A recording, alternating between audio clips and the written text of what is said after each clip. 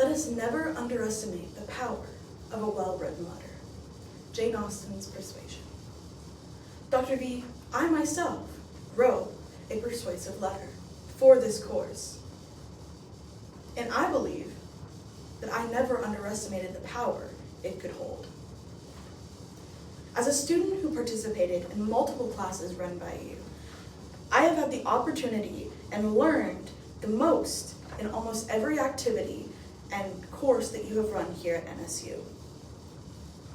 I have consistently shown improvement and increasingly better results in every course that I've participated in with you, which is why that I believe I deserve an A on my midterm grade. To convince you of this, I'm going to discuss 3 different reasons why I believe I deserve an A in this course. First, I'm going to discuss my avoidance of using personal bias in my everyday communication.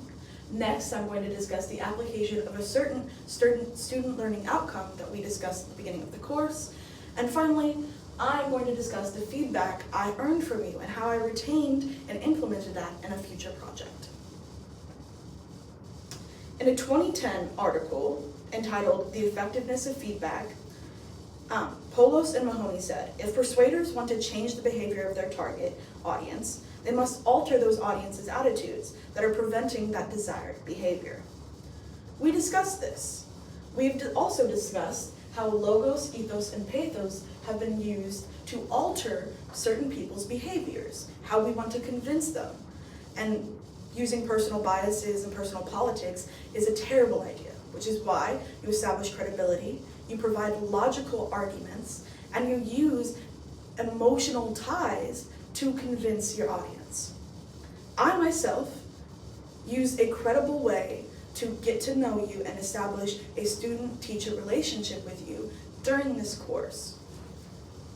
As you can see right here, I attended one of your office hours for about 20 minutes. I think it was longer, but for about 20 minutes on February 20th.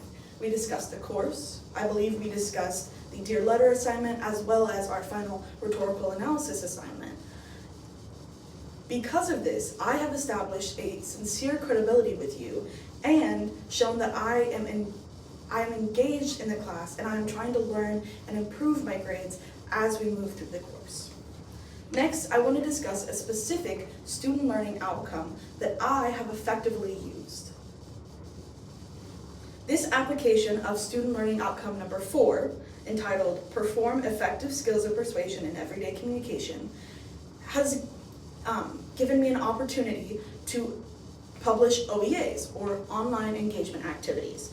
We use this, we record these videos as prompts for this class, and then upload them to Flipgrid. This is an everyday form of communication that I use to establish and use the persuasion skills we learn in class.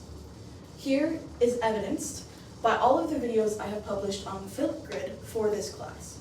Excluding these 2, every single one of these are ones that I have published in an attempt to listen to the prompts of the class and use the skills and things that we are learning in class to engage with my online community for this course.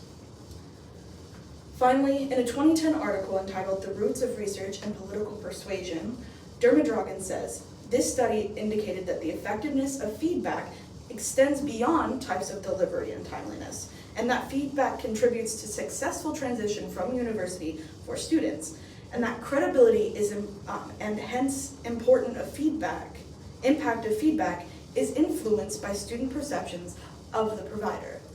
Our perceptions of you help us indicate how we better retain the feedback we've learned. I have a great relationship with you.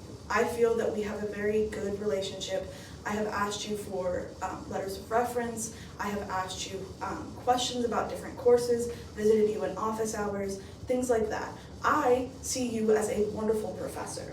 So the feedback that I earned for our Dear Letter assignment, I implemented because I knew that your feedback was just in an attempt to get me to better understand the skills that I was trying to use in this letter.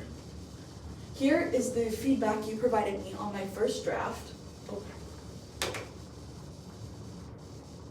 Here is the feedback you provided me on my first draft. I want to pay attention to the first two here. By the end of the first paragraph, she needs to know what to expect/want from you, and that my APA citations were incorrect. I had put Tacoli/2 instead of putting Tacoli, the year, and possibly the page number. So I want to discuss, finally, my final draft, in which in this first paragraph I say, at the end, I'm asking the City of Collinsville revitalize the way we view history and how we present our history to the community. Here I changed the last sentence to say what I want from my audience, what I want her to do. I want her to revitalize the Collinsville community and the way we view history. I also want to point out that I fixed all three of my citations on this letter, showing that I retained the feedback you provided me and implemented it in my final draft. To conclude, I want to review the topics I discussed. My avoidance of personal bias, using ethos as a credibility, and visiting you in your office hours. My application of student learning outcomes, including student learning outcome number 4 with my use of the flip grids. And finally, the feedback I retained in this course, implementing my first draft Dear Letter assignment into my final draft. To conclude, I understand and accept that I'm submitting this assignment past the due date of March 14th. However, you say in your course that failing is just the first attempt at learning. So, at least I am turning it in. Thank you.